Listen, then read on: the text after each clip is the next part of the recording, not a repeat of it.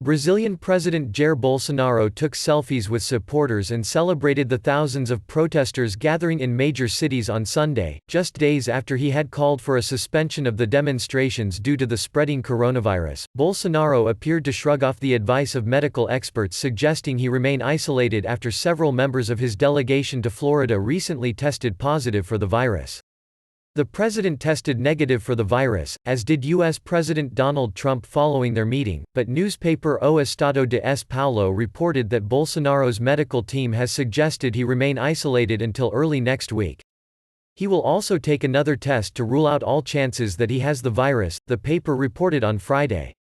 Estado also reported on Sunday that the seventh member of Bolsonaro's entourage in Florida had tested positive for the coronavirus, citing sources who said that press aide Sammy Lieberman had contracted the disease. Bolsonaro strode down the ramp of the presidential palace in a Brazilian soccer jersey and met a throng of protesters at the front gate, where he bumped fists, grabbed cell phones to take pictures and leaned in for selfies with the crowd.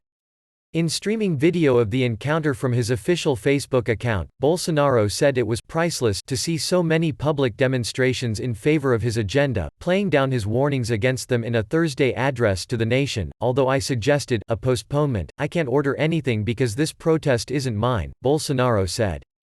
With everything against them, the press, the virus, the recommendations, the people took to the streets. His move comes as the total number of people tested positive for coronavirus in Brazil rose to 176, from 121 on Saturday. He insisted that the demonstrations showed support for his agenda and not attacks against any particular adversaries.